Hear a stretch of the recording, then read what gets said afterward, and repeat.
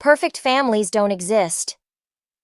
I used to believe they did, back when I spent hours arranging finger sandwiches and hanging streamers for Derek's surprise birthday party. Now I know better. Perfection is just another lie we tell ourselves.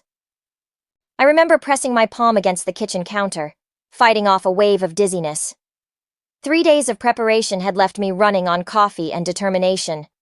The house gleamed like a magazine spread, exactly how Derek liked it. Everything had to be just right for his 40th. Maya, sweetie, careful with those balloons. I watched our 6-year-old daughter bounce through the living room, her dark curls wild with excitement. She'd insisted on helping, even though half the decorations ended up at her eye level. The grandfather clock in the hallway struck 4. Derek would be home in 2 hours, giving me just enough time to finish the cake and change into that navy dress he loved. I headed upstairs to grab my makeup bag, but voices from his home office stopped me cold. You worry too much. Derek's voice. He wasn't supposed to be home. Evelyn's clueless. She's too busy playing perfect housewife to notice anything. My hand gripped the banister. Through the crack in the door, I saw him perched on his desk, phone pressed to his ear, loosened tie hanging askew. Of course I'm sure about this, Grace. He laughed, that rich, warm laugh I'd fallen in love with 12 years ago. The transfer's going through next week. Once the money's moved, I'll tell her about us. She'll be devastated, but that's not our problem. The room tilted. I pressed my back against the wall, willing my legs not to buckle. Look, baby, you're young, ambitious. Everything she's not. Evelyn gave up her career to raise Maya. She's comfortable, predictable. But you? You challenge me. Make me feel alive. My chest tightened. Downstairs, I heard Maya singing to herself, oblivious to the way our world was splintering. The divorce will be messy, but worth it. I've already spoken to my lawyer. Derek's voice dropped lower. We'll need to be careful about the timing. Can't let her suspect anything before the money's secure. I slid down the wall, my legs finally giving out. The pristine hallway carpet scratched against my palms. Trust me, Grace. In 6 months, this will all be behind us. You, me, a fresh start. He paused. I never loved her the way I love you. The lie stung worse than the betrayal. I remembered every I love you, every anniversary gift, every morning kiss, all performances in his elaborate show. My phone vibrated. Sarah, probably checking on party preparations. I silenced it with trembling fingers. I should go. Need to make an appearance at this ridiculous surprise party she's throwing. Derek sighed. Another evening pretending to be the devoted husband. The things we do for appearances, right? I heard him stand, his leather chair creaking. Forcing myself up, I moved silently toward the stairs, muscle memory guiding my feet. Maya, where are you, princess? I called out, my voice steadier than I felt. In the kitchen, Mommy. I'm counting the sandwiches. I walked down each step deliberately, my mind racing ahead. The party guests would arrive soon, our friends, his colleagues, his mother Olivia. All here to celebrate the man I thought I knew. Mommy, there are exactly 32 sandwiches! Maya beamed up at me, cucumber pieces stuck to her fingers. I smoothed her hair, breathing in her innocent excitement. That's perfect, baby. Why don't you go wash your hands? We still have lots to do before Daddy's party. As she skipped away, I stared at the birthday cake on the counter. Happy 40th birthday to the world's best husband and father, written in perfect cursive. Another lie to add to the collection. I picked up my phone and opened my contacts. Some surprises, I decided, deserve an audience. The birthday cake sat untouched in the trash, its perfect cursive lettering facing up like an accusation. 3 days had passed since Derek's party, since I'd watched him blow out candles and accept gifts with practiced charm, all while knowing he planned to destroy our family. Maya tugged at my sleeve as we stood in the grocery store checkout line. Can we get ice cream? Daddy always lets me have ice cream. Not today, sweetheart. I scanned the contents of our cart, realizing I'd grabbed items on autopilot. Derek's favorite cereal, his preferred brand of coffee. Old habits. But why? You're being mean like Daddy. Maya's lower lip trembled. He hasn't played with me all week. The cashier glanced up, concerned. I forced a smile, though my fingers tightened around my credit card. Maya, remember what we talked about? Sometimes grown-ups get busy with work. Is that why he missed my ballet practice? She kicked at the shopping cart. Grace was there. She works with Daddy. She said hi to me. The cereal box crumpled in my grip. Grace was at your practice? Uh-huh. She sat in the back. She's pretty. Maya twirled, demonstrating a move from class. She told me I danced like a real ballerina. My phone buzzed. Another message from Sarah, asking why I'd been avoiding her calls. The cashier announced the total, and I swiped my card, mind racing. Grace wasn't just stealing my husband. She was infiltrating my daughter's life. Mrs. Carter? The cashier frowned. Your card was declined. Heat crept up my neck as I tried again. Declined. I pulled up my banking app. The joint account showed a balance of $127.43. Last week it had held over $15,000. I have another card. My hands shook as I dug through my purse. The transfer Derek mentioned, he'd already moved the money. While I'd spent 3 days pretending everything was normal, he'd been systematically dismantling our life. At home, Maya ran to her room while I mechanically put away groceries. The house felt different now, every family photo a mockery. I pulled out my phone and finally called Sarah back.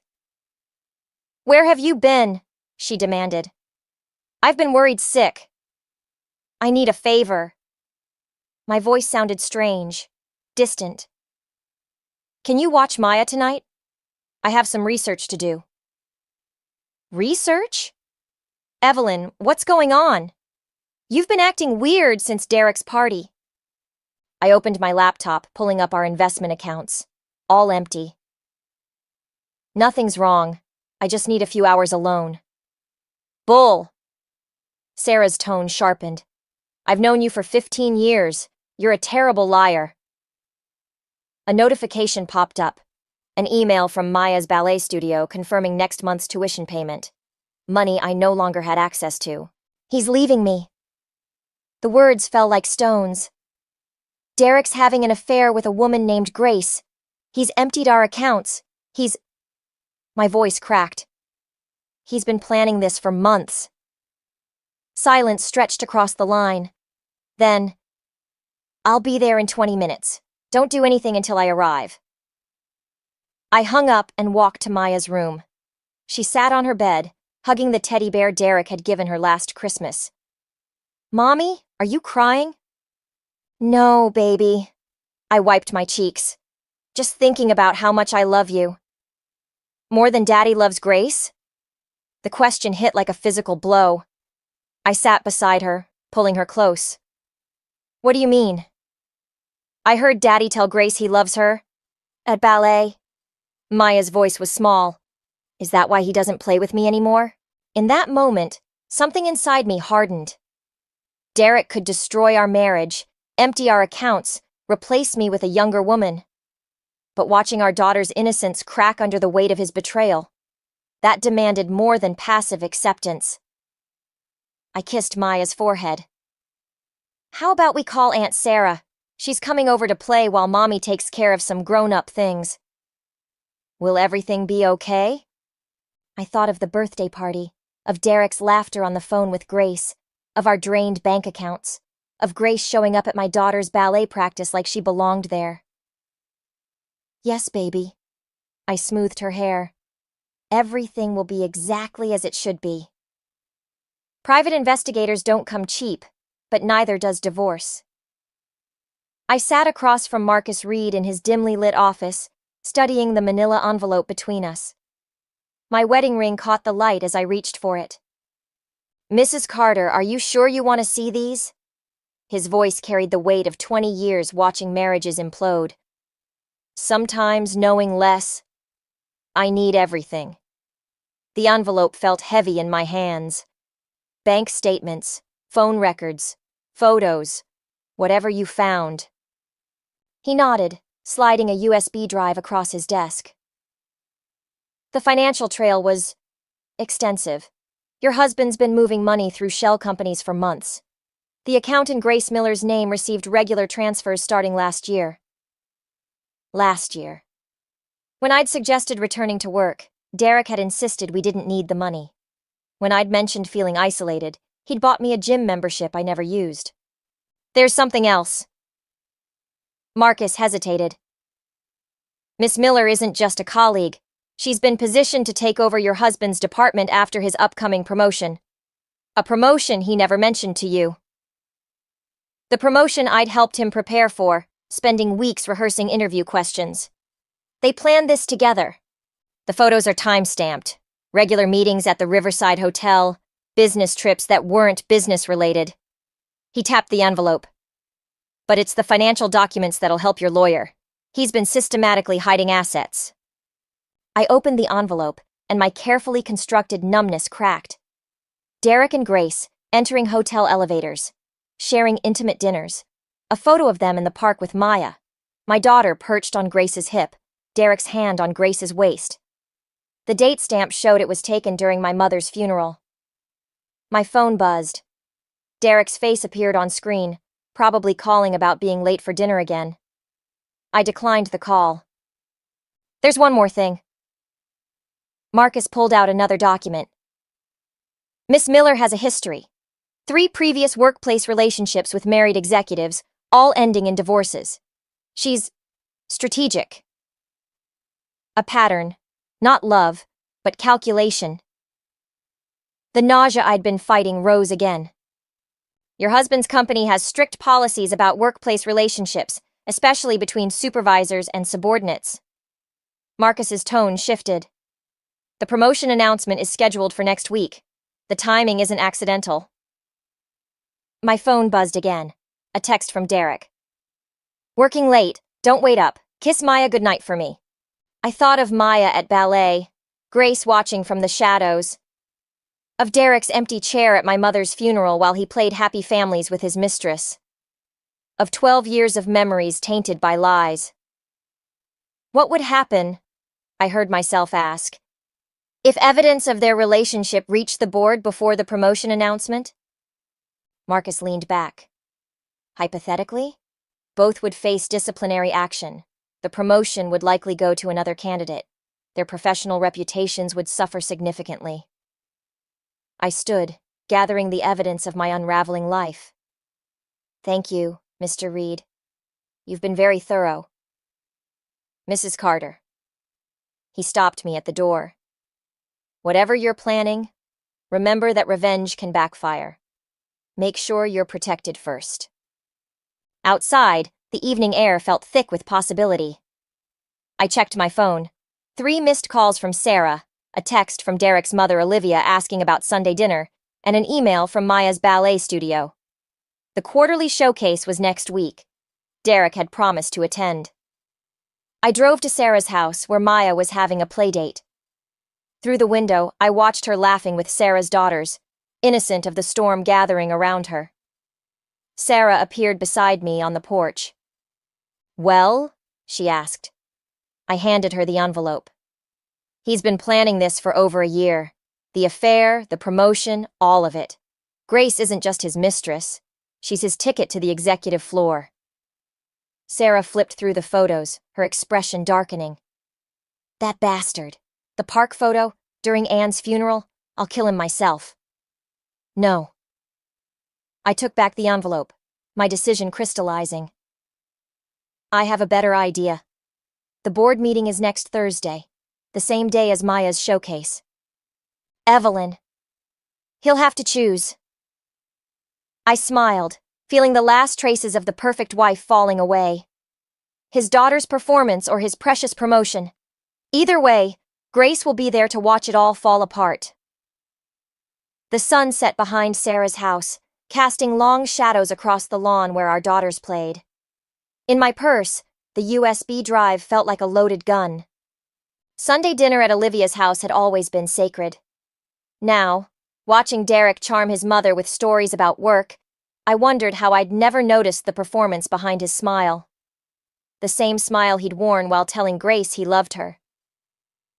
"More wine, dear?" Olivia touched my shoulder, concern creasing her forehead. "Please." I held out my glass, catching Derek's sharp glance.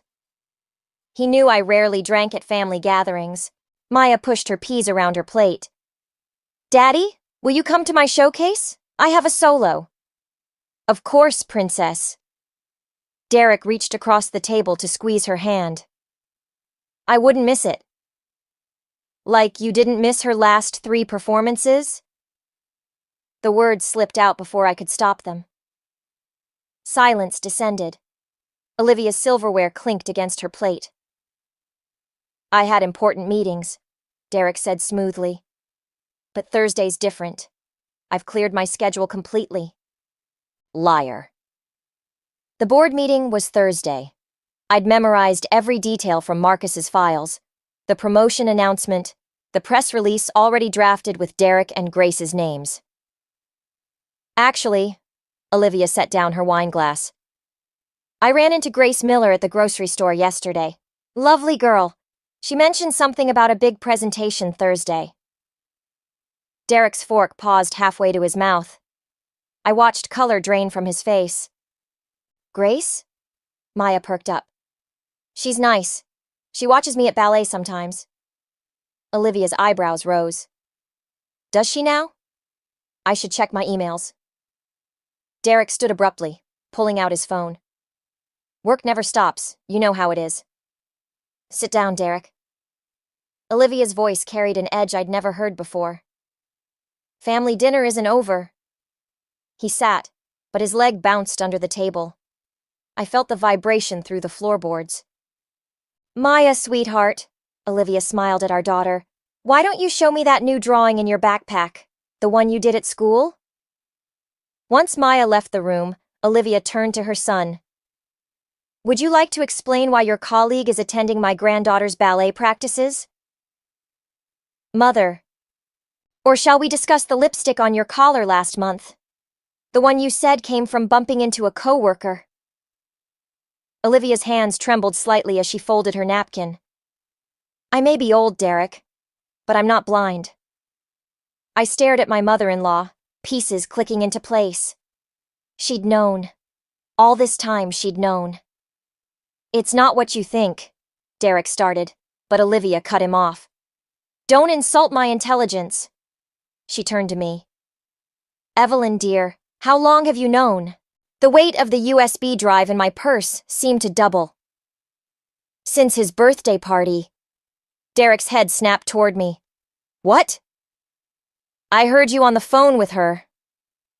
My voice stayed steady, though my hands shook. "In your office, planning your new life together, planning to take everything." "You've been investigating me?" His charm vanished, replaced by something darker. "Going through my private things?" "Like you went through our joint accounts?" I met his gaze. "The ones you emptied last week?" Olivia's sharp intake of breath cut through the tension. "You did what?" "It's business, Mother. Temporary transfers for Grace." I pulled out my phone, opening the photos Marcus had sent. "Like these business meetings?" Derek lunged for the phone, but Olivia was faster. She took it, scrolling through images of her son's betrayal. Her hands shook harder with each swipe. "The park photo," she whispered. "That was the day of Anne's funeral.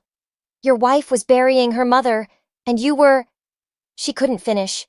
Maya's footsteps thundered down the stairs. "I found it!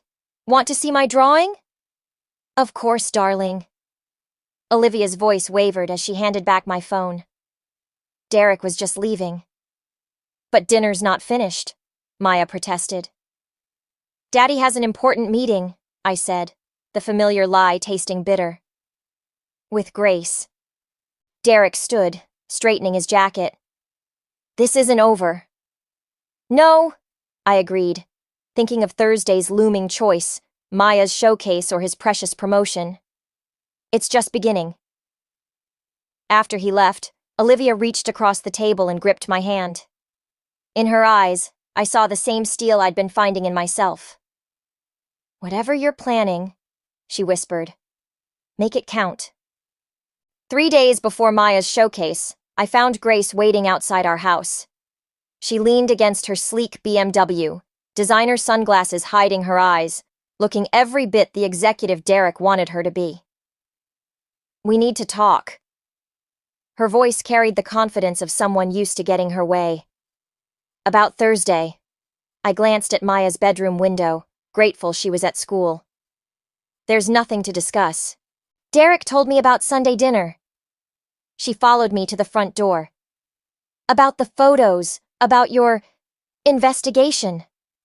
My key stuck in the lock, hands trembling with suppressed rage. And he sent you to clean up his mess? I came because I respect you enough to be honest. Grace removed her sunglasses, revealing eyes that looked older than her years. The board meeting isn't just about Derek's promotion. It's about the merger. The door finally opened. I should have shut it in her face, but something in her tone made me pause. If Derek misses this presentation, 300 people lose their jobs. She stepped closer. Including single parents, people with medical debt, families living paycheck to paycheck. The manipulation was elegant, I had to admit. Appeal to my conscience, make me the villain.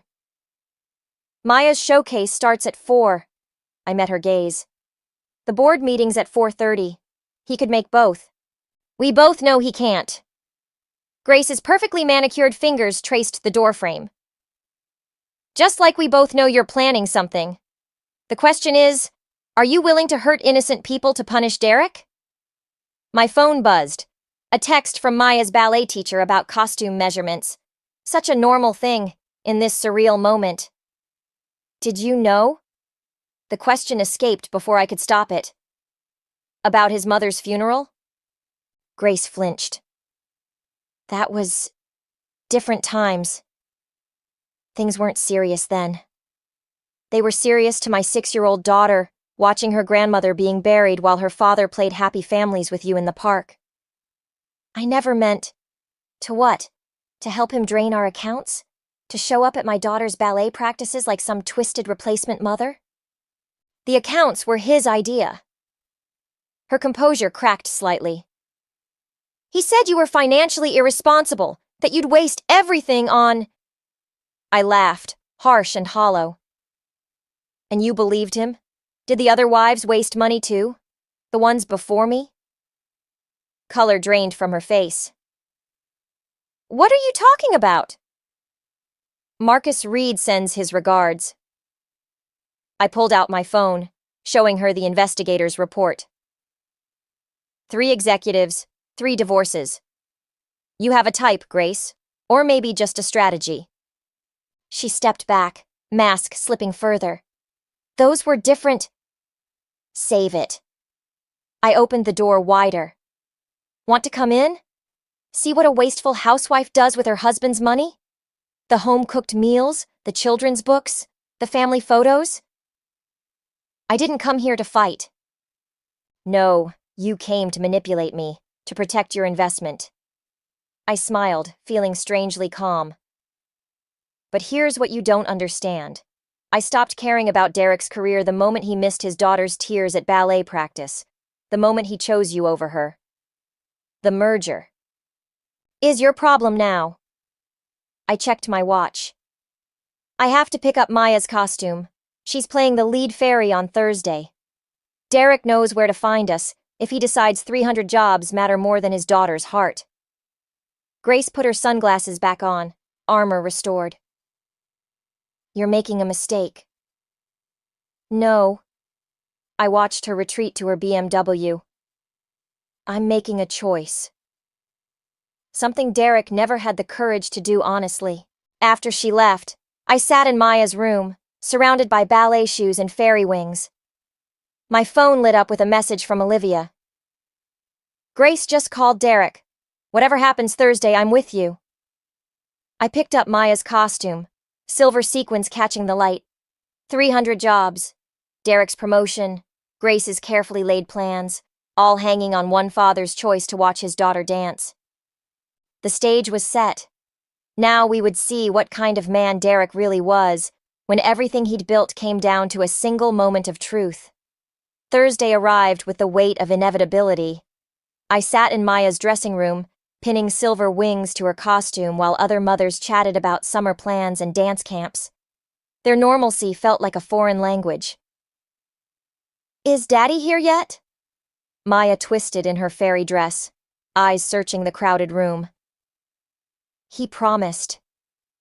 The clock read 3:45. The board meeting would start in 45 minutes. I checked my phone. No messages from Derek, but a text from Marcus. "Evidence delivered to the board, waiting for your signal." "He'll be here soon, baby." The lie tasted familiar now. "Let's fix your hair." Sarah appeared in the doorway, her expression tight. "Evelyn, you need to see this." In the hallway, she showed me her phone, a company press release, already drafted. Derek and Grace's promotions, the merger announcement, quotes about their innovative leadership partnership. "They moved the meeting up." Sarah's voice dropped. "It starts in 10 minutes. The floor seemed to tilt beneath my feet. "That's not possible. They can't." Grace's idea, apparently, to get ahead of any complications. Sarah gripped my arm. "What do you want to do?" Through the dressing room window, I watched Maya practice her solo, small face screwed up in concentration. The same expression Derek wore when working on important deals. "Call Marcus." My voice sounded distant. "Tell him to send everything. Now." "Evelyn." "They don't get to win this one." I turned back to the dressing room. "Not like this." Maya beamed as I entered. "Did you see my twirl? Miss Andrea says I'm the best fairy they've ever had." "You're perfect, sweetheart." I smoothed her costume. Absolutely perfect. The next 30 minutes passed in a blur of hairspray and excitement. Other fathers arrived, carrying flowers and cameras. Maya's eyes darted to the door with each new arrival. At 4:15, my phone buzzed. Marcus again. "Board in chaos. Evidence received. Derek and Grace removed from meeting." Then, from an unknown number. "You vindictive bitch. You've ruined everything. G." The showcase began. I sat in the front row beside Olivia, who clutched my hand as Maya's class took the stage.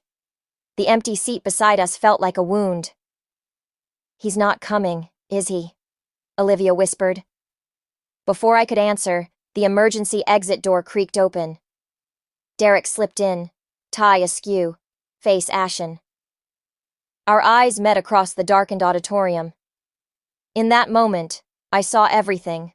The board meeting's collapse, his shattered plans, the cost of my revenge.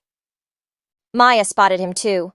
Her face lit up mid-pirouette, and she missed her next step. She recovered quickly, but her confidence wavered. Derek started toward us, but stopped when his phone lit up. Grace's name flashed on the screen. He stared at it, then at Maya, then back at the phone. "Choose," I mouthed silently. He answered the call. Maya's wings drooped as she watched her father retreat through the emergency exit. When she stumbled again, tears glinted under the stage lights. "I did this," I whispered to Olivia. "I forced his hand, made him choose." "No." Olivia's grip tightened. "He made his choice long ago. You just made him face it." After the showcase, I found Maya sitting alone in the dressing room, silver wings crumpled. "I messed up my dance." Her voice was small. "That's why Daddy left, right? Because I wasn't good enough?" The victory I'd imagined, Derek's humiliation, Grace's downfall, the justice I'd craved, turned to ashes in my mouth. In trying to force Derek to face his choices, I'd made our daughter face them instead. "Come here, baby." I pulled her close, feeling her tears soak through my blouse. You were the most beautiful fairy ever. Daddy just forgot how to see magic. My phone buzzed again. Probably more fallout from the board meeting, more consequences of my revenge. I turned it off. Sometimes winning feels exactly like losing. I held my daughter tighter, wondering if the price of justice was worth the cost of her innocence. Derek showed up at midnight, reeking of whiskey and desperation. I'd been sitting in the dark living room, Maya's crumpled fairy wings in my lap, when his key scraped against the lock. You've destroyed everything. He stumbled in, tie gone, collar open. The board, the merger, my reputation, all of it. Are you happy now? Where's Grace? Gone. He laughed, hollow and sharp. Took a job in Chicago. Apparently, I'm too much of a liability now. The wings sparkled faintly in the streetlight filtering through our windows. Maya had cried herself to sleep hours ago, still wearing her costume. 300 jobs. Derek's voice cracked. You cost 300 people their livelihoods just to spite me. Funny. I stood, letting the wings fall. That's not what the board said when they saw the evidence of your embezzlement. The shell companies. The systematic fraud. He froze. What are you talking about? Marcus was very thorough. I moved toward my purse, where the final report waited. He didn't just track your affair. He followed the money. You're lying. The merger wasn't about saving jobs, Derek. It was about hiding your theft before the annual audit. I pulled out the documents. Grace helped you move the money, but she was smart enough to keep her name off most of it. His face contorted. You had no right! I had every right! The words exploded from me.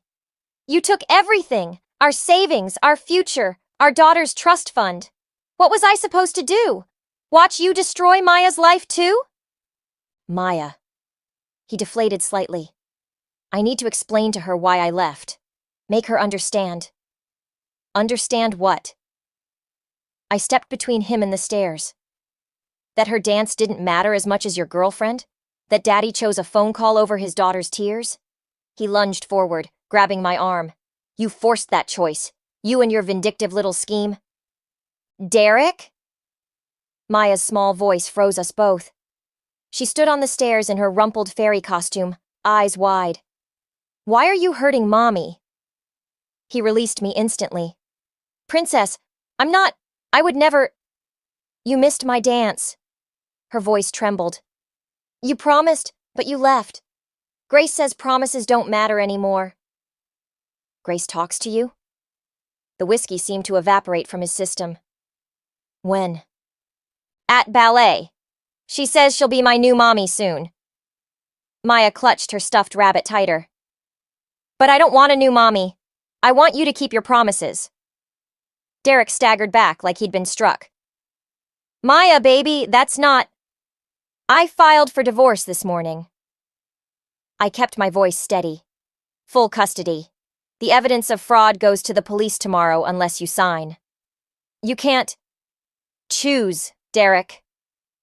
I echoed my words from the showcase. One last time. Your pride or your daughter's future. He looked between us.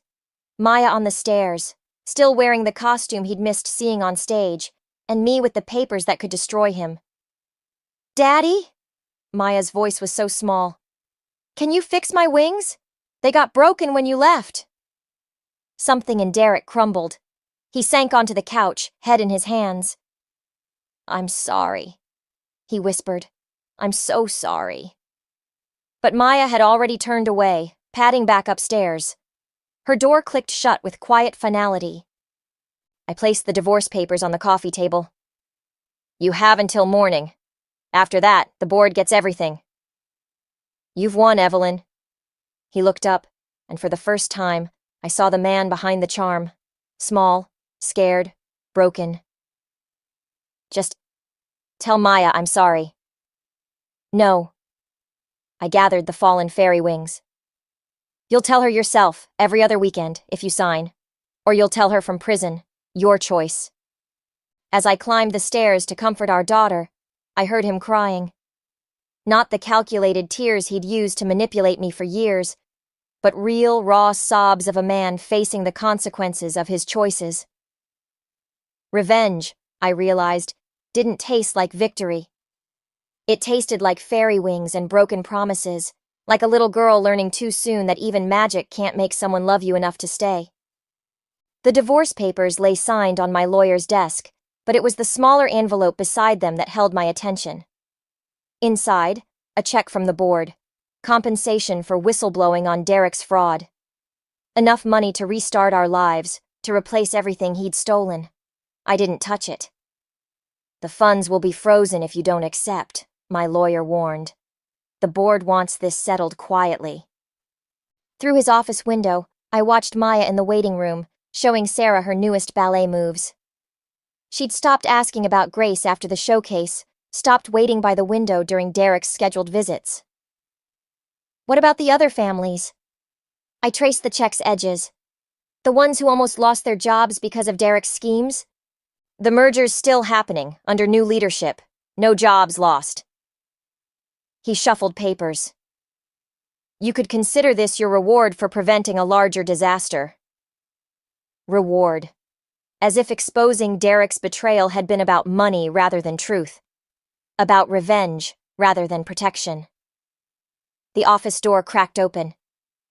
Mrs. Carter? His assistant peeked in.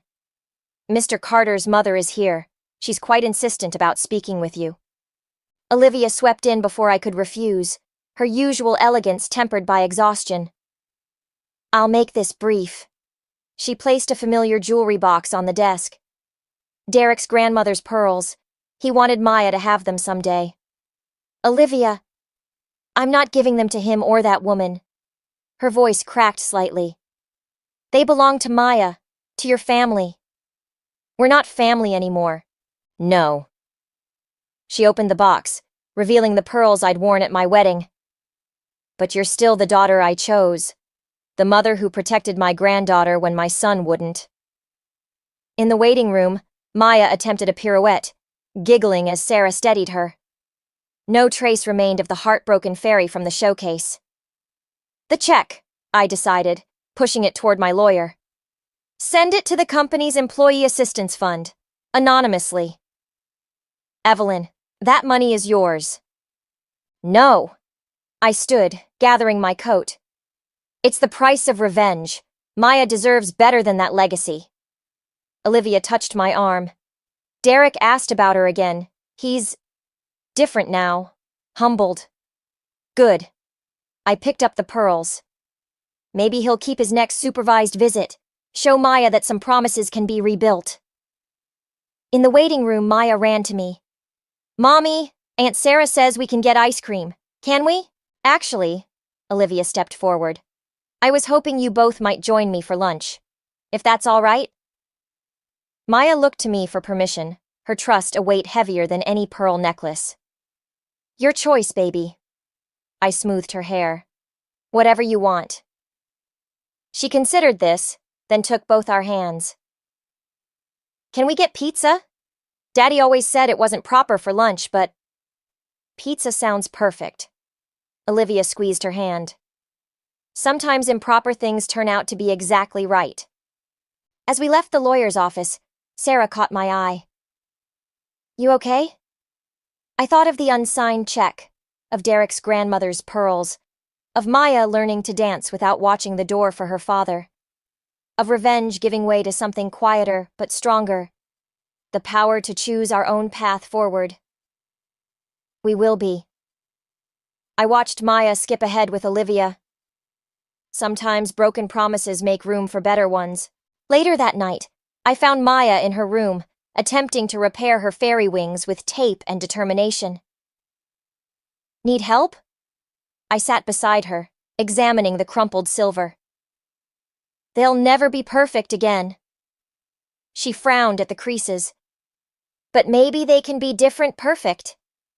I thought of the pearls in my purse, of Derek's supervised visits, of Olivia choosing sides, of how breaking something irreparably doesn't mean you can't build something new from the pieces.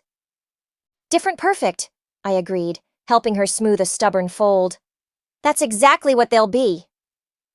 Maya held up the wings, now more origami than fairy tale. Do you think Daddy will like them? When he comes this time? I hope so, baby. I kissed her forehead. But either way, you'll still shine.